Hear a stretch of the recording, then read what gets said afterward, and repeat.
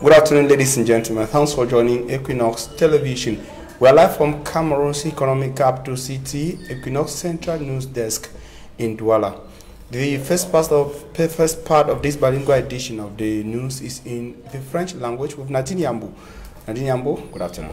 Good afternoon once more for me, Armstrong Sanda. Mesdames et messieurs, bonjour. Merci d'avoir choisi Equinox Télévision. Sur les braises ardentes de la crise anglophone, une délégation interministérielle s'est rendue à Kumba afin d'apporter du réconfort aux victimes de l'attaque meurtrière de samedi dernier ainsi que reconforter les familles éplorées.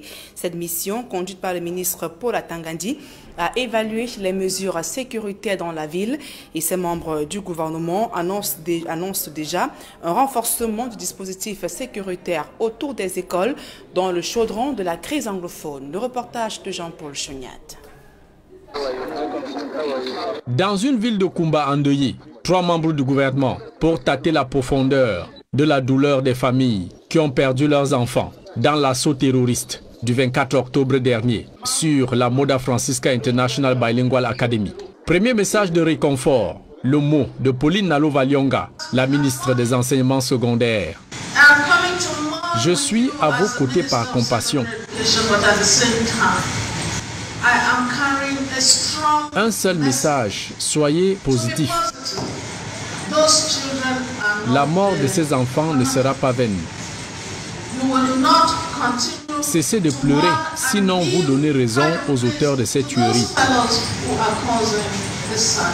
La ministre des Enseignements secondaires et un député de la nation demandent surtout aux parents éplorés de ne point céder au slogan de zéro école prôné par des séparatistes dans le sud-ouest.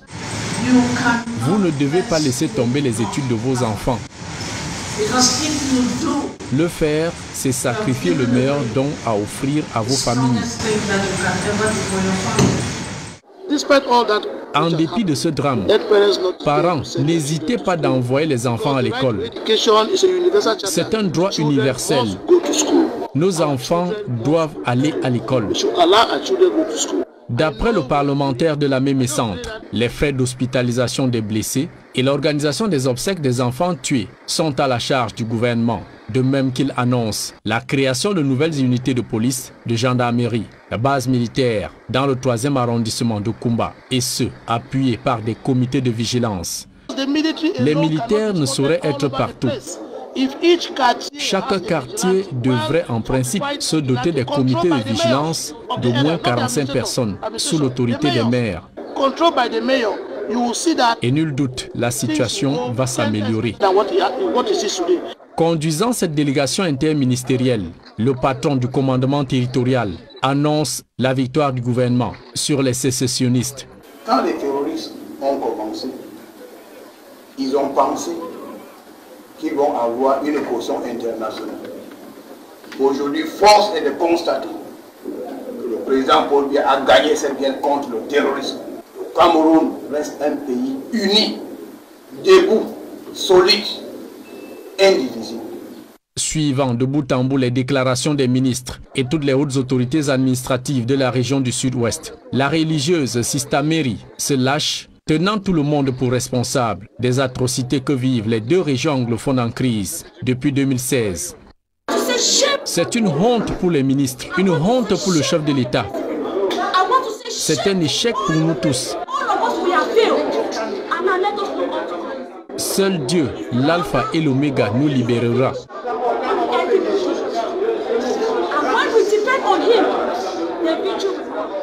Les ministres Pauline Nalo-Valyonga des enseignements secondaires, Laurent Serge et Tundingwa de l'éducation de base et Paul Atangandi de l'administration territoriale ont donc rassuré les parents d'élèves. Seulement, enverront-ils leurs enfants à l'école? That is the question.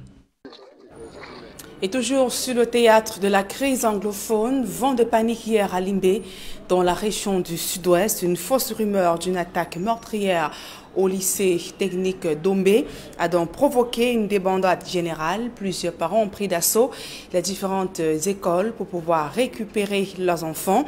Ces mouvements de panique ont donc provoqué des bousculades. Le calme est de retour. Le récit est fait avec Xavier Foucault. Scène inhabituelle ce mardi 27 octobre 2020 dans les rues de Limbe, département du Fako, région du Sud-Ouest. À petit trot ou à bord de motos, des parents vont aussi vite qu'ils peuvent. Des élèves, eux aussi à pas de course, arpentent les rues de la ville. Dans les établissements scolaires, c'est la panique générale. Et dans ce cafouillage indescriptible, c'est un sauve-qui-peut dans lequel chaque parent tente de récupérer sa progéniture. Un mouvement de panique causé par des informations selon lesquelles il y aurait eu des attaques d'hommes armés dans plusieurs établissements scolaires, notamment au lycée technique de Hombe, toujours dans le Fako, une attaque qui, selon la rumeur, aurait fait 2 morts. Et pourtant, dans l'établissement cité, les services de sécurité rassurent les parents. Dans le campus, règne un calme des cimetières et dans les salles de classe, les enseignants dispensent tranquillement leurs leçons. On m'a dit qu'on a tué 2 enfants à Hombe. Je devais me rendre sur place voir ce qui est arrivé à mon enfant. Heureusement, les élèves et les enseignants sont en salle de classe. Une rumeur qui n'a pas suffi à ébranler la sérénité au sein de l'établissement scolaire. Personne n'a été tué, Dieu merci. Nous sommes calmes. Nous avons une autre méditation matinale et les enfants sont allés en salle de classe.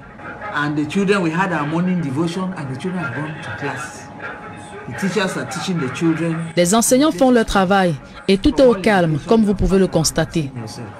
Cette panique permet de relever le niveau de psychose qui s'est emparé des populations du Sud-Ouest depuis samedi dernier, après le massacre des élèves à Kumba.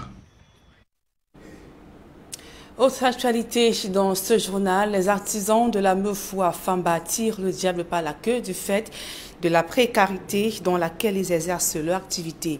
En réponse à leurs préoccupations, le ministre des PME leur recommande de souscrire à l'assurance volontaire. Les aboutissants de cette nouvelle formule a été évoquée au cours d'une rencontre il y a quelques jours avec ces artisans. Le point avec Marcelin Gansop, Rodrigue Wengassi.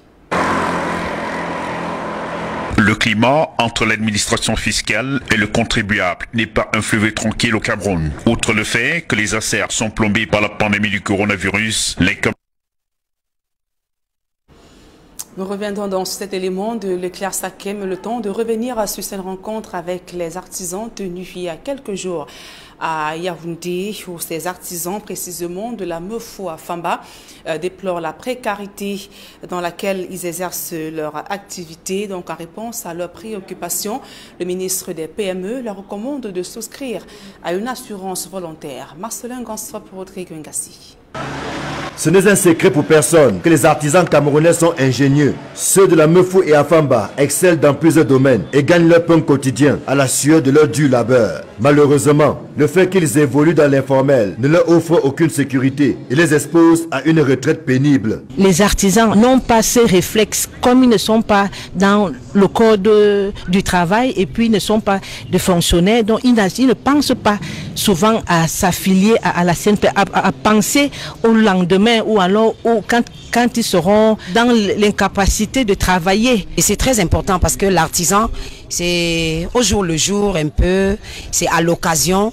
Donc si on fait une bonne planification stratégique, on peut y arriver. C'est fort de ce malheureux constat que le ministère des PME est favorable à l'affiliation des artisans de la Meufou et Afamba à la CNPS. Nous voulons amener les artisans de passer de l'informel au formel. Et vous savez les conditions dans lesquelles les artisans vivent, dans une précarité. Donc le ministère des petites et moyennes entreprises a été créé pour accompagner les artisans à leur épanouissement. Je ne sais même pas ce qu'on appelle la CNPS, puisque moi j'ai d'abord travaillé. Je n'ai même pas bénéficié de la CNPS. Et au jour d'aujourd'hui, on me demande, dans ma vieillesse, de venir encore m'inscrire. J'ai 63 ans aujourd'hui. Et moi, je ne suis qu'un artisan du village. Qu'est-ce que la CNPS pourra me donner? Des préoccupations comme celle-ci ont fusé de partout et des éléments de compréhension ont été apportés aux artisans. D'ici 60 ans, on n'aura plus la force Et il faudrait bien qu'on ait quelque chose qui nous permette de nous relancer et de prendre soin de nos familles. On me fait comprendre aujourd'hui que l'assurance volontaire couvre mes enfants quand je ne suis plus là.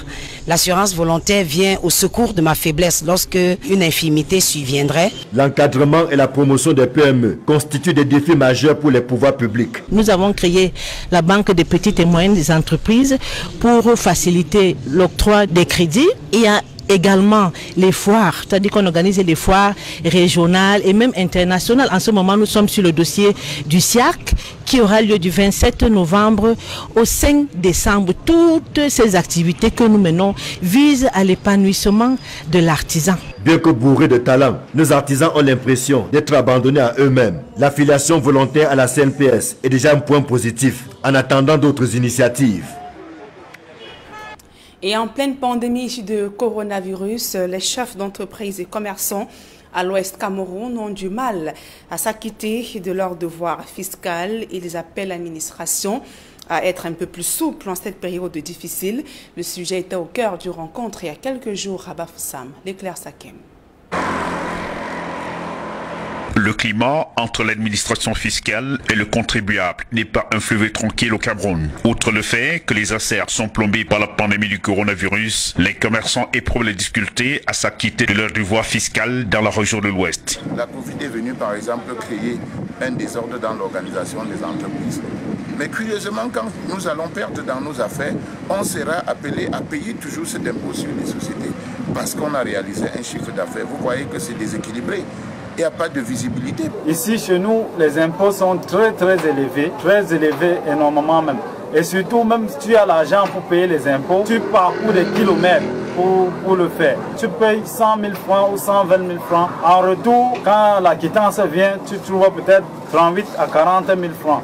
Où sont passés les autres agents? Ces derniers n'arrivent pas à descendre leurs droits qui existent pourtant. Les impôts sont émis par le chef de centre régional, on va dire comme ça. Mais maintenant, pour saisir le ministre, il faut payer 15%. 15% de 100 millions, ça fait 15 millions. Beaucoup d'entreprises vont fermer, vont subir et fermer sans être à mesure de défendre leurs droits, alors que ces droits existent pourtant. Donc nous invitions tout simplement l'administration à accompagner ces contribuables parce que c'est les créateurs de la richesse. C'est pour apporter un supplément d'éclairage nécessaire à la bonne compréhension que le régional des impôts pour l'Ouest a entrepris une rencontre avec les contribuables de Fumbot et de la MIFI. Cet échange que nous venons d'avoir avec les contribuables participe d'une nouvelle démarche. Nous voulons humaniser la relation entre les contribuables et la Direction générale des impôts dans le cadre d'un partenariat gagnant-gagnant, de telle manière que le rapport à l'impôt soit un rapport plus humain, que l'impôt ait un visage plus humain et que chacun comprenne que nous travaillons tous pour la même cause, à savoir bâtir une économie solide. Une économie solide suppose que l'État collecte ce qu'il a à collecter, que le contribuable paye ce qu'il a à payer, et c'était le sens de nos échanges. Chaque parti doit mettre en œuvre son sens de patriotisme et de citoyenneté pour un résultat gagnant-gagnant. À présent, la deuxième partie de ce journal en langue anglaise avec vous, Fomi Ansron-Sanda. Thanks, Nadine Yambo. Ladies and gentlemen, thanks for joining us in the second segment of information in the English language. We begin with the commotion that was created across the southwest and northwest regions of Cameroon yesterday after a false alarm that some students were attacked at Government Technical High School, Ombe, in Mutengen in the Fako of the southwest region of Cameroon. In Limbe, parents ran to different school establishments to get their kids, as correspondent in Limbe, Davidson Maimo, tells us in the following report. 9 a.m. Tuesday, the 27th of October 2020, total pandemonium in Limbe. The entire city was in a state of total confusion as parents crisscrossed the city from one school to another in search of their children. I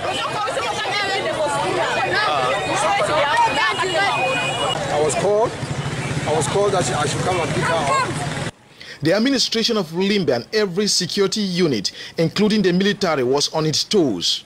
Some stationed in front of some schools, others patrolling the entire city helplessly, as every effort to calm down the parents, students and pupils so as to bring the situation under control was abortive. this school. No school not there under attack. See parents, with the bag on us here. Now parents for GHS, they don't cause it commotion. Some parents and guardians force their way into some school campuses, risking the life of their children by sending them over the fence. In other schools, some parents put up a face-to-face confrontation with security elements at the gate of the schools.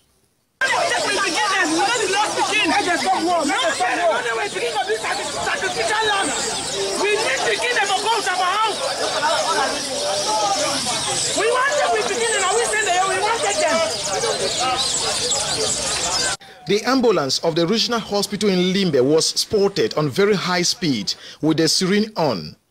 We are told a stampede had occurred in a school with some children feared injured.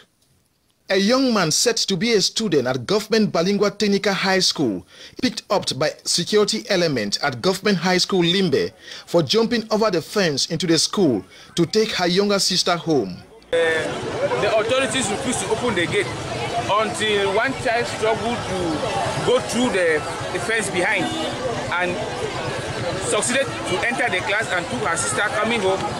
Going out, they arrested him. So the other student now started running out. The elder sister in tears as she put on an unfruitful effort for her younger brother to be freed from the hands of the security element.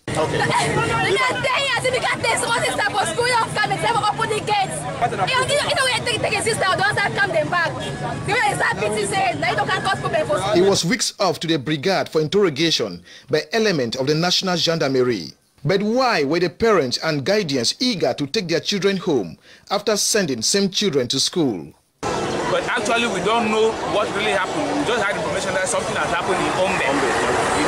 So the whole town is scattered. I can't really tell because it's a general chaos. Finally, I didn't get any information as to what has happened. Meanwhile, at Government Technical High School Ombe and Government Balingua High School Bonadikombo, Mile 4, where the rumor was said to have originated, the campuses were all calm, with learning ongoing effectively. Nonetheless, no school in Limbe was attacked. No school has been attacked in Fako, talk less of Limbe. The situation has once again established the very fact that no amount of security put in place can guarantee the total security of the people if there is no peace. The population of Limbe are begging for the children to be left out of the ongoing Anglophone Wahala, for they are innocent, with their only crime being that they want to be educated.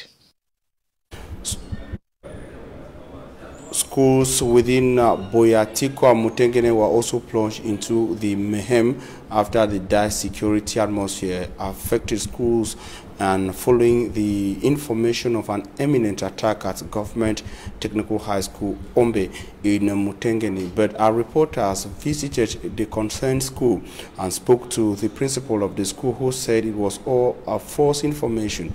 The principal indicated that schools were ongoing effectively across Government Balingua or Government Technical High School Ombe. Semanjikan Gabriel. Ombe, October 26, 2020. It was a calm zone we met upon our arrival at an area where rumors had spread that 2 students have been shot dead heading towards the main gate of Government Technical High School in Ombe, where it is alleged that students were shot. Security guards welcomed us as we entered the school compound. Everywhere was calm. In one of the classes, students were spotted taking lectures, while others were taking a nap. The students, however, were aware about the rumor. We had a phone call in the guiding class when somebody was calling her that 2 were confirmed shot, dead. So she told me to go check the area and see how far it was going. I was coming down, but we're not like trembling because we had the forces of law and order in school to protect us. So we came down here. We were just okay, we were calm. The forces of law and order were patrolling around the camp. Even the principal left her office to come and take care of the students. Leaving the class, we went to the principal's office. We want to thank God that we are quiet. We have been here in the morning, and the children, we had our morning devotion, and the children have gone to class. The teachers are teaching the children, and the place is quiet. From all indication, you have passed around and seen for yourself. I am not the one to put in the measures, but I just know that the government is already doing its part by sending security around, and we want to study. We have nothing to do with guns. To the parents, we pray that they should pray for us and keep on supporting us, encouraging the children to come to school. But asked why the rumors came out from Ombe. I don't know, but the truth is it that is prevailing. As we went out of the Government Technical High School, Ombe, at the main gate, we met a parent who has also arrived to check her child after getting the rumors. They told me that they have killed 2 children in Ombe. So my child is in Limbe. We live in Limbe. So I have to leave Limbe to come to Ombe to check what has happened with my child. Fortunately, I came. All the teachers are in school. Their vehicles, their cars are in school. The children are in class. So I thank God. Just like in May 2018, another rumor forced schools to close abruptly in some towns of the southwest region. And women of the northwest region of Cameroon also rose up against the war in their region and in the southwest region of Cameroon, converging on major road junctions in the northwest regional chieftain Bamenda and marching to the northwest governor at the upstation neighborhood. The women chanted songs like "No war, no more guns in our regions." The women also indicated that they were marching in solidarity with mothers whose kids were murdered at the Mother Francisca International Bilingual Academy at the Fiango neighborhood of Kumba 2 subdivision. Details with our correspondent in Bamenda, Mbustela.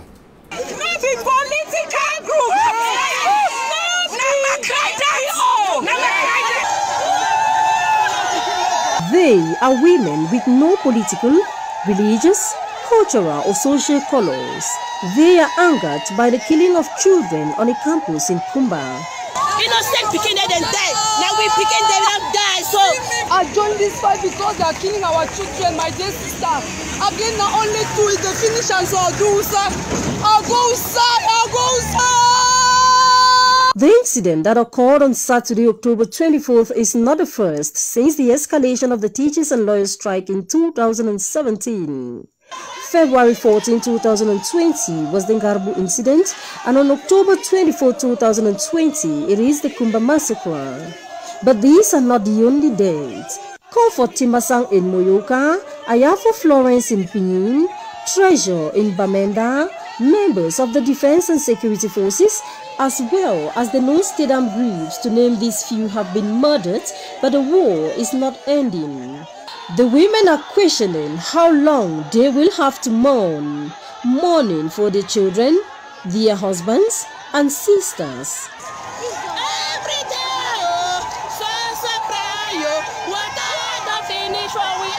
From downtown Bamenda, they moved to the governor's office at Upstation.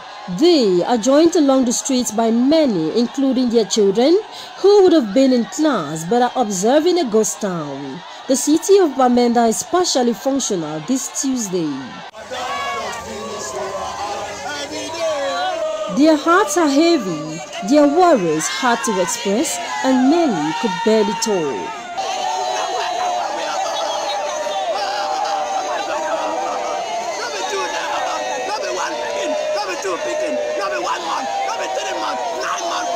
Receiving them at the premises of his office, the Northwest Regional Governor, Chofo Doben, prescribes collaboration for an end to violence.